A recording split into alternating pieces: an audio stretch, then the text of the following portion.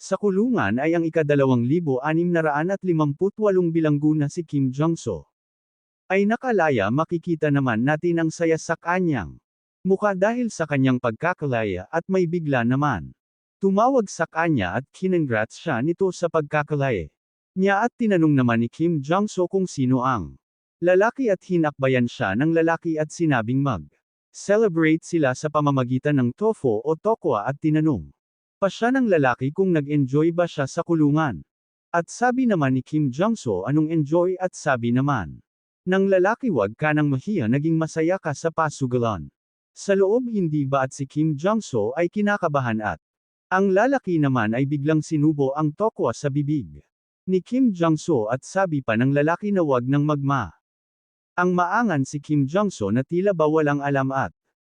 sabi pa ng lalaki ang collateral na pinirmahan mo ang height mo ay 174 centimeters at ang weight mo ay 64 na kilo, hindi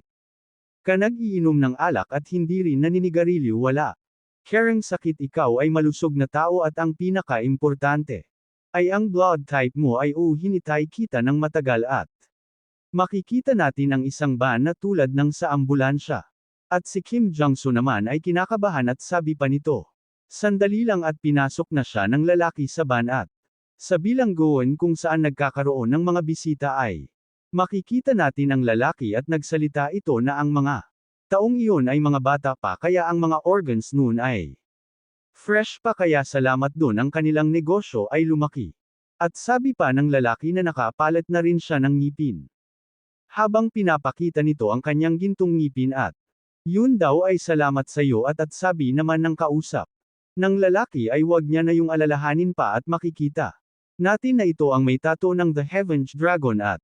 ang pangalan nito ay Park Dun-hwa, ang kaso ay organs trafficking agent at taon ng pagkakakulong ay 2 na taon at 6 na buwan ang kanyang ginagawa sa loob ng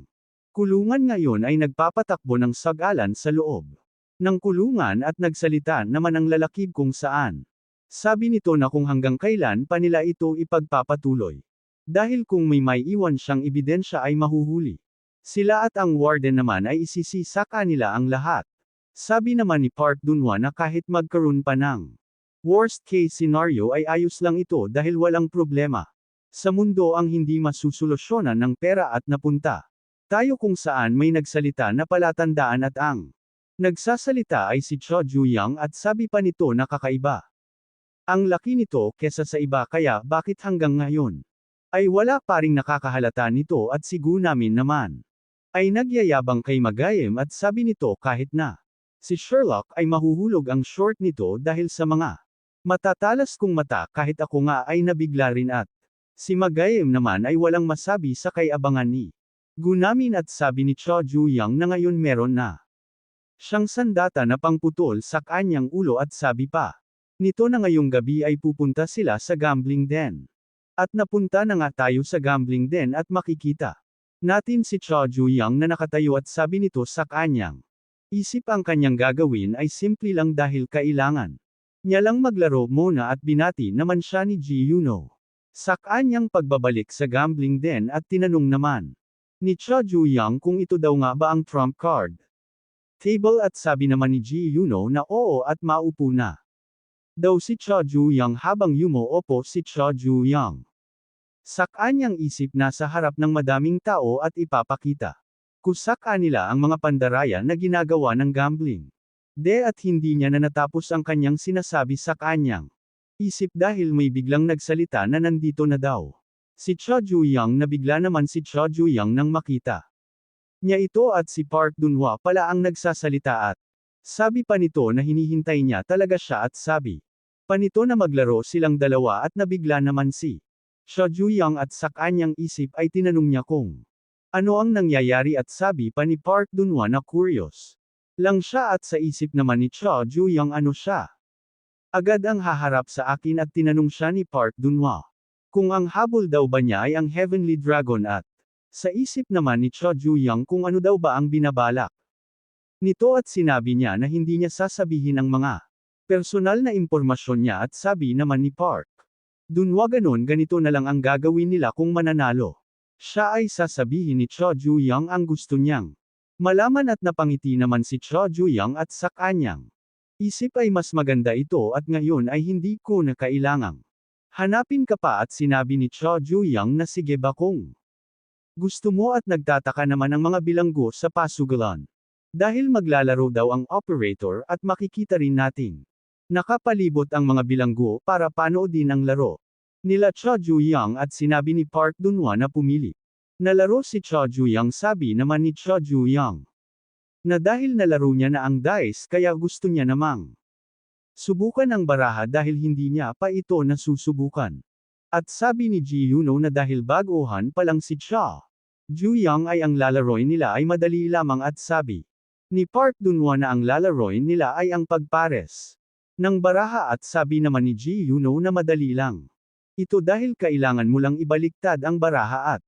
ipares ito sa kaparehong numero at kung mapapares mo ang mga numero ng tama ay ikaw pa rin ang babaliktad ng mga baraha kung mali naman ang pares na baraha ang nabaliktad mo ay ang kalaban mo naman ang susubok at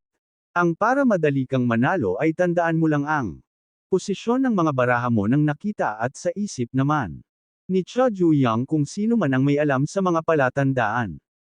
sa baraha ay hindi ito matatalo at kung hindi ko alam ang tungkol sa palatandaan sa baraha ay matatalo agad. Ako nang walang kahirap-hirap at habang inayos na ni Ji Yuno ang mga baraha ang mga bilanggo naman ay nakatingin lang at sabi pa nila na gambling din operator Park Dunhwa versus Cho Juyang at nag-usap-usap naman ang mga bilanggo sino si Cho Juyang at sabi naman ng isa na siya ang tao na ang bumugbog sa mga ibang leader ng Zelda at tinanong naman ni Gu namin si Magayem kung nakikita niya daw ba ang nakikita niya na bigla naman si Cho Juyang sa kanyang isip dahil ang mga palatandaan sa mga baraha ay wala na at sabi naman ni Gu namin ano ang mga bilog sa baraha ay napakaliit na hindi niya ito makita at sa isip naman ni Magayem. Ano walang palatandaan sa mga baraha nakakapagtaka naman at makikita naman natin si Cho Juyang na kinakabahan. Nang makita ito ni Park Dunhwa ay napangiti ito at sabi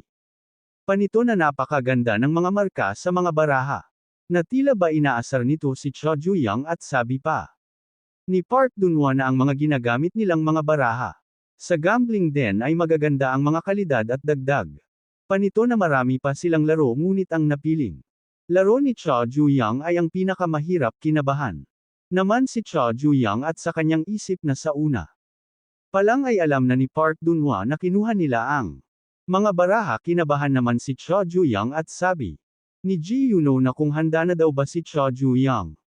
at kung ganun daw ay sisimulan na nilang magtaya at sabi naman ni Park Dunhwa habang kinukuha ang kanyang pera na kung magsimula sila sa ganitong halaga at makikita natin ang napakadaming pera na tinaya ni Park Dunhwa. At sabi naman ng mga bilanggo na hindi magiging boring ang laro at sabi ni Cho Juyang na ngunit wala siyang pera. Nakangiti naman si Ji Yuno at sabi nito na ayos lang iyon kung wala siyang pera o kulang basta may collateral siya. Nagtataka naman si Gu namin sa sinasabing collateral ni Ji Yuno at sabi pa ni Ji Yuno na kailangan niya lang na pirmahan ito at lagyan ng check ang mga organs para sa kailangan niyang halaga at nabigla naman si Cho Juyang at nag-usap-usap ang mga bilanggo na narinig niya lang ito sa mga usap-usapan tungkol sa pagkakaroon ng collateral at mukhang totoo nang ito at sabi pa ng isa na talagang ang nangyayari ito sa detention center at si Park Dunhwa ay seryoso lang na tinitignan si Cho Juyang at sabi nito kung natatakot daw ba si Cho Juyang at sa isip naman ni Magayem na may panlalakong nangyayari sa larong ito at walang asang manalo si Cho Juyang sa larong ito at si Gu namin ay kinakabahan naman at sa isip nito ay nagpapasalamat. Ito dahil nalaman nila agad ang tungkol dito at pwede nang sumuko si Cho Juyang at hindi na maglaro at habang pinipirmahan na ni Cho Juyang ang collateral ay sabi nito na wag nilang babawiin ang mga sinabi nila na Makakapaglaro siya ng walang pera hanggat may collateral siya. Nagulat naman si Ji Yuno at pati sila Gunamin ay tinanong niya kung ano ang kinagawa niya at sabi naman ni Magayem na baliw si Cho Juyang at sabi ni Cho Juyang na hindi niya ito mahihindian at makikita natin na tapos ng permahan ang collateral at sabi pa nito na mula sa buhok niya hanggang sa mga kuko niya ay seryosong sinabi ni Cho Juyang na itate niya ang lahat ng meron siya sa kanyang katawan. Pagkatapos naman itong sabihin ni Cho Juyang ay tumahik ang paligid at bigla naman nagsalita si Park Dunhwa kung ganun sige at sabi naman ni Gu Namin at Magayam sa kanilang isip na halata namang may pandaraya rito ngunit itataya niya ang kanyang mga lamang loob. Ano ba ang iniisip niya at sabi ni Ji Yuno kailangan nyo lang ipares ang mga barahan nyo sa tamang kapares ni ang unang titira ay si Cho Juyang at sabi naman ni Cho Juyang na gusto niya ang ganitong kasimpleng laro at nag-umpisa na nga siyang kumuha ng baraha para ipares at ang una niyang nakuha ay ang numero 8 at ang pangalawa naman ay numero 9 at sabi ni Ji Yuno na ang mga baraha ay makaiba ng numero at si Park Dunhwa naman ang susubok. At ang unang nakuha nito ay numero 9 at nabigla naman si Cho Juyang at sabi pa ni Park Dunhwa na alam ko kung saan nakalagay ang nakuha mo kanina at kinuha na nga ni Park Dunhwa kung nasaan ang kaparehas ng baraha at sabi naman ng mga bilanggo na swerte si Park Dunhwa sa kanyang unang subok at sabi pa ng isa na nakadepende lamang sa swerte ang pagsusugal ng marinig. Naman ito ni Park Dunhwa ay nagbago naman ang ekspresyon. At ibisabi nito sa kanyang isip anong sabi niyo swerte. Hindi lamang ito swerte at sabi nito na alam niya kung saan nakalagay ang mga baraha at nang tumira na ito ulit ay nagkamali ito at nagkamali rin si Cho Juyang. Kung saan nakuha nito ay numero 8 at sabi pa ni Park Dunhwa na alam niya saan nilagay ang mga baraha ni Ji Yuno dahil kinausap niya ito at nanitindaan niya na kung saan nilagay ang lahat ng baraha at si Park Dunhwa na nga ang tumira ulit at kung saan parehas ang nakuha nitong baraha at sabi pa nito na mukhang seneswerte siya na mangha naman ang mga bilanggo at dahil 4 na baraha agad ang naparehas ni Park Dunhwa. At sinabi nito na nakakaawa si Cho Juyang at napunta tayo kung saan makikita natin ang ama ni Park Dunhwa. At tinanong siya nito kung ano ang nagustuhan niya sa kanya bilang ama at sabi naman ni Park Dunhwa tinatanong pabayaan dahil kumikita ka ng maraming pera at habang nagtatawanan ang mag-ama at sabi ng ama niya ganun. Ba mukhang wala na akong magagawa dahil kailangan ko nang magtrabaho gagawin ko ang lahat sa trabaho ko para sayo at sabi ni Park Dunhwa sa kanyang isip ang aking ama ay akalain mong mapapagkatiwalaan na tao ngunit imbes na pumunta siya sa kanyang trabaho ay pumupunta siya sa kasino kung saan naging adik siya reto at nalaman ko na nagkaroon siya ng mga utang mahigit 50 million won. Siya ay napakatanga kung saan naloloko lamang siya at bumalik na tayo kung saan sinasabi ni Park Dunhwa na mukhang ang swerte ay nasa kanyang panig at sabi nito sa kanyang isip na hindi siya tanga tulad ng kanyang ama at sabi nito na hindi siya makapaniwala na nakuha niya ang mga magkakapares na baraha. Nagulat naman si Cho Juyang at sabi pa ng mga bilanggo diba hindi parent siya nakakakuha ng magkaparehong baraha. Mukhang malas siya ngayon at sabi pa ng mga bilanggo. Mukhang iiyak siyang parang bata kapag inalis na lahat ng mga lamang loob niya at sabi naman ng isa na hindi na rin siya magkakaroon ng mga mata para umiyak at sabi naman ni Cho Juyang na gusto mo bang ipakita kusan Ayla na ang larong ito ay napakadali lamang. At nakuha ni Cho Juyang ay parehas na queen at natuwa naman si Gu Namin dahil mukhang kumakampi na kay Cho Juyang ang swerte at sa ulit na pagsubok ni Cho Juyang ay parehas ulit ito at mukhang nasa panig na daw ni Cho Juyang ang swerte ngunit 16 na baraha pa ang kailangan niya para mahabol ang kay Park Dunhwa. At nabigla naman si Park Dunhwa at sabi ng isa kong paano daw ba nakakakuha ng maraming pares si Cho Juyang at kumuha ulit ito si Cho Juyang ng baraha kung saan ay magkapares ulit ito at paulit-ulit itong nangyari kung saan kaunti na lang ay mahahabol niya na ang kay Park Dunhwa at sa kanyang isip na hindi ito pwedeng mangyari-yari dahil siya lang at ang dealer ang nakakaalam tungkol sa baraha at tinignan niya si Ji Yuno at napunta tayo kung sa nagliligpit ng gamit si Ji Yuno at nakita nito ang itinapon na papel ni Cha Ju-yang at binuksan niya ito dahil meron daw ritong nakasulat at makikita natin ang nakasulat kung saan na pumunta daw si Ji Yuno sa Kree at sa Kree nga ay may maririnig natin na may nagsalita na bakit daw siya tinawag reto ni Cha Ju-yang at nagsalita si Cha Ju-yang na alam niya na dinadaya nila ang mga laro sa mga baraha at tinanong naman ni Ji Yuno kung ano ang ibig niyang sabihin at sa isip niya mukhang nalaman niya na ngunit pinalitan na namin ng bago ang mga baraha at sabi pa ni Cha Ju-yang na didiretsuhin niya na si Ji Yuno at ililigtas niya ito dahil kayong lahat sa gambling den ay nagtatrabaho para bayadan ang utang kay Park Dunwa sa pagpapautang ng pera sa mga tao para sa collateral na ang kapalit ay ang kanilang lamang loob. Babayaran ko ang lahat ng utang mo basta tulungan mo lang ako ng isang beses at sabi naman ni Ji Yuno kung tutulungan niya siya ay papatayin siya ni Park Dunwa at sabi naman ni Cha Ju-yang na narinig niya na may malaking utang siya kay Park Dunwa at kung sigurado rin daw ba siya kung mababayadan niya ito bago siya makalaya dahil may 3 linggo ka na lang bago makalaya at kung hindi ito mababayaran ni Ji Yuno ay alam niya na ang mangyayari at alam ko rin na ayaw mong alisan ng lamang loob kaya ang gagawin mo ay simple lang habang nanunood ang lahat ay sasabihin mo ang lahat ng katotohanan tungkol sa mga pandaraya ng gambling den at nagsalita na si Cha Ju-yang na mukhang ang swerte niya ngayong araw at nagulat naman si Park Dunwa sa kanyang nakikita at sabi pa ni Cha Ju-yang o kaya na may maganda akong memorya dahil ang mga baraha ay nakalagay kung saan mo gusto. Nagulat naman ang mga sumusugal na ng matagal sa gambling den at ang ibig sabihin ba daw nito ay dinadaya lang sila at sumang-ayon naman si Ji Yuno. Ang lahat ng mga laro sa gambling den ay may mga pandarayang nangyayari at sabi pa ni Ji Yuno na pwede niya silang pakitaan ng tricks na palagi nilang ginagawa sa gambling den at pumunta naman lahat kay Park Dunwa at sabihin daw na hindi daw totoo ang sinasabi ni Ji Yuno at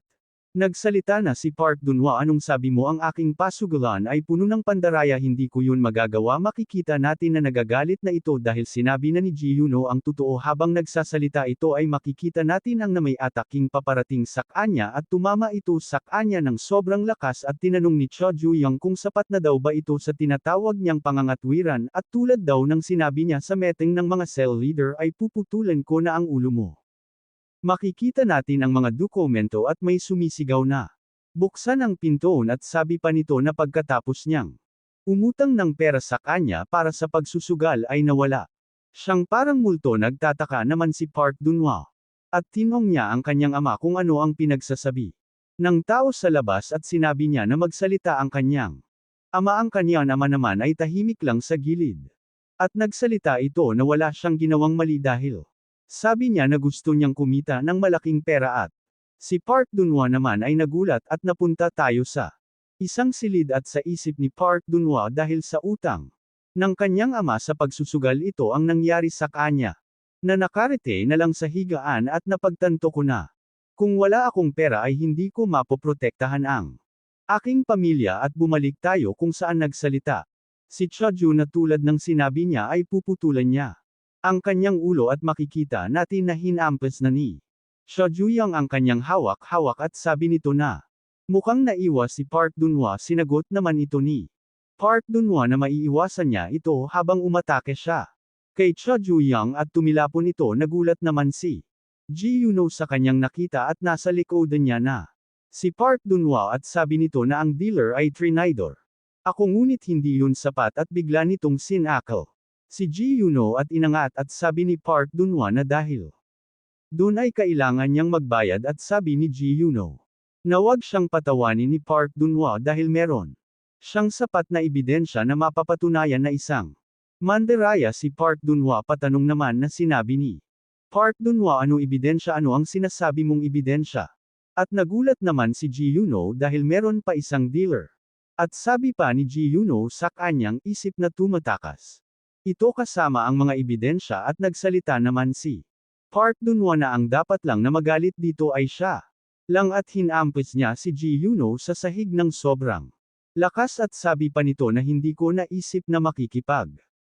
Sabuatan ka sa iba at ipagkakanono ang gambling din. At tinanong niya si Ji Yuno kung ito daw ba ang paraan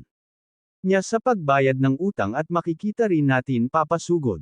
na si Cha Ju-yang kay Park Dunhwa at nagsalita naman. Si Park Dunhwa nagagalaw siya at dagdag pa nito na the best ang pera at aitan pa nito kung nasaan si Cha Ju-yang at hindi na ito nakaiwas at tumama sa kanya.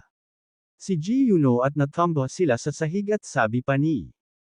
Park Dunhwa habang papasugod ito na hindi niya intensyon na ay criticize sila ngunit wala rin siyang intensyon. Napatawarin sila at pinagsusuntok niya si Ji Yuno. Nagulat naman si Gu Namin sa kanyang nasaksihan at nagsalita. Si Park Dunhwa na hindi niya inaasahan na agad lang mawawala ng malay si Ji Yuno at si Cha Ju-yang naman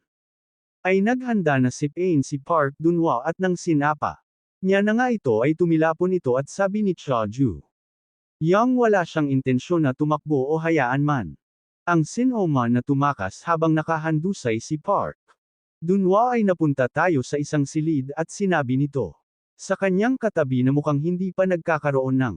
malay ang kanyang ama at hindi niya rin inaasahan na ganito ang mangyayari sa kanya at makikita natin. Si Park Dunhwa na nagsalita na ang mga laro sa sugal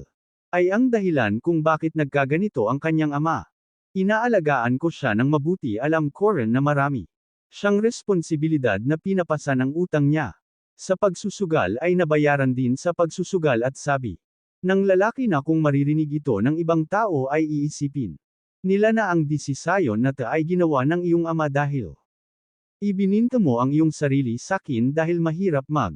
alaga ng anak ng mag-isa lang at sabi pa ng lalaki. Ngunit ngayon ay nabayaran mo na ang mga utang mo. Kaya bakit sinusubukan mo parent na magkamalay ang iyong ama dahil ba ito sa iyong pagmamahal? Tumayo naman ang lalaki at sinagot naman ito ni Park Dunhwa. Sa kanyang isip na hindi at makikita natin ang insurance book na katabi ng kanyang ama at sabi ni Park Dunhwa na di ba ito ang dapat gawin para kumita ng pera ay kailangan mong ibinta ang iyong pamilya at bumalik naman tayo kung saan nagsalita si Park Dunhwa na hindi niya kailangan mag-alala dahil hindi siya aalis nang hindi niya nakukuha ang pera niya at habang sinasabi niya ito ay inatake niya si Cha Ju-yang at naiwasan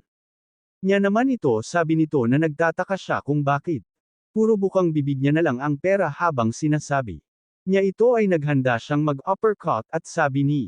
Park Dunhwa na mukhang magaling daw sa pakikipaglaban si Cha Ju-yang at pinagsusuntok niya naman ng walang tigil si Park Dunhwa at makikita natin na walang magawa si Park Dunhwa at may isa pang atake ang paparating sa kanyang muka at nagtataka naman si Cha Ju-yang ang pakikipaglaban ay ganun ba talaga kaampo-anti at nagulat naman si Gu Namin at nag-aalala ito at sinambit niya ang pangalan ni Cha Ju-yang at makikita natin na tinuhad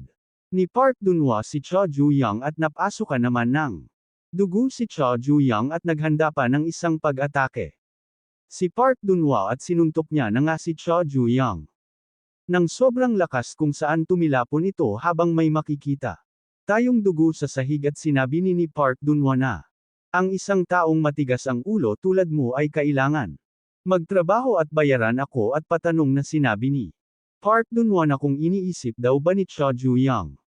na ang pakikipaglaban ang pinaka-importante at makikita naman natin na sa sasakyan pala tumilapon si Cha Ju-yang at nagsalita ang lalaki na sinasabi niya ito na para bang napalakas niya. Tinanong naman ng isang bilanggo kung ang isang yun ay patay na at kinakabahan naman si Gu Namin kung ano daw ba ang nangyari kay Cha Ju-yang. Ngayon lang at humingi ng payumanhin si Park Dunhwa dahil naistorbo niya sila at nakikita naman nila na isang maliit na pangyayari at wala ring problema sa kanilang pasugalan o pandaraya at aayusin nila ito agad at may nagsalita naman na mukhang nagkamali siya dahil sinabi niya na ang kanyang pasugalan ay walang pandarayang nangyayari. Napalingon naman sila kung sino ang nagsasalita. Ito pala ay si Cha Ju-yang. At sabi naman ni Park Dunhwa na kahit na magsisi siya ngayon hindi niya na natuloy ang kanyang sinasabi dahil nagsalita si Cha Ju-yang na hindi niya kailangan ng Rason para patayin niya si Park Dunwoo at ito rin ay lugar kung saan pwedeng maglaro. Nagulat naman si Gunamin at sabi pa ni Cho Ju-young na simula ngayon silang dalawa ay maglalaro na ng tagu-taguan at si Park Dunwoo naman ay nagtataka at sabi pa ni Cho Ju-young na magtago ng mabuti si Park Dunwoo dahil baka makita niya ang kanyang buhok at si Park Dunwoo naman ay gulat na gulat at sabi ni Cho Ju-young na kung hindi siya magtatago ng mabuti at kapag nahuli niya siya ay mamamatay siya.